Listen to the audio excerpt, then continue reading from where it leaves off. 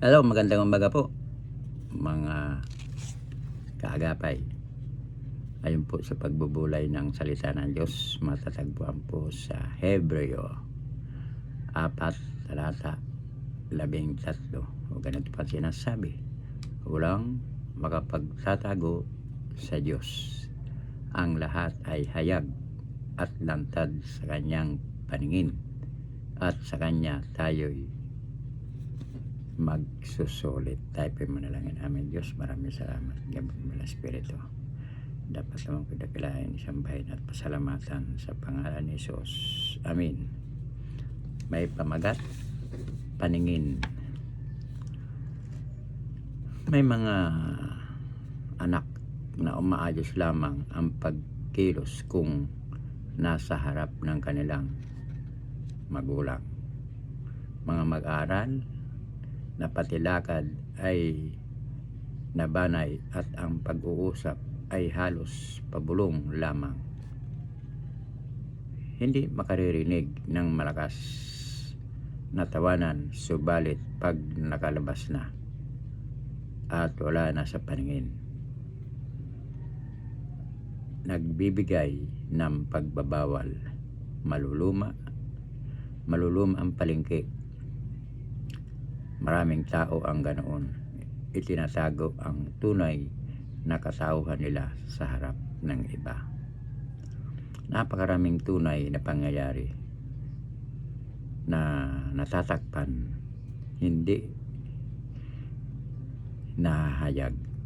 Maraming pandaraya, maraming kasinungalingan, maraming animoy puti at maganda sa panlabas, subalit walang nakikita ng kabuluhan nito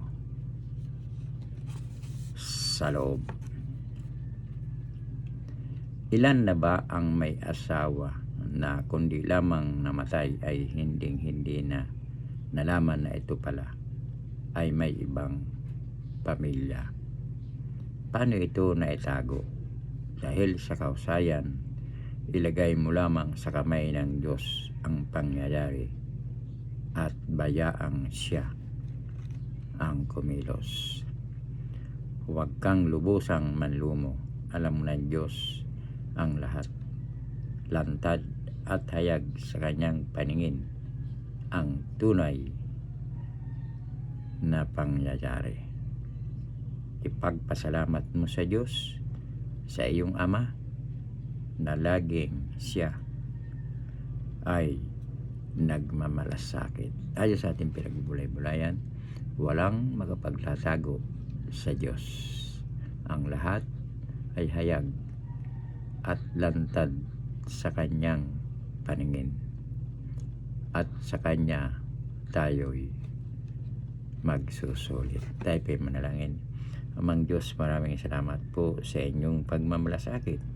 Nalalaman at nakikita mo ang lahat, maging ang pinakasukdulang pangangailangan at karaingan namin. Nagtitiwala po kami sa iyo para sa iyong katugunan. Salamat po, Ama, sa pangalan ng aming Panginoong Hesus. Ganon din po, Panginoon, aking apo na si Chuchay, hanggang ngayon nakaratay sa karamdaman. Ipuin mo po, Panginoon, inyong mapagpalang kamay, sapagkat yung mga gamot noon, ngayon at magpakailanman. Amen.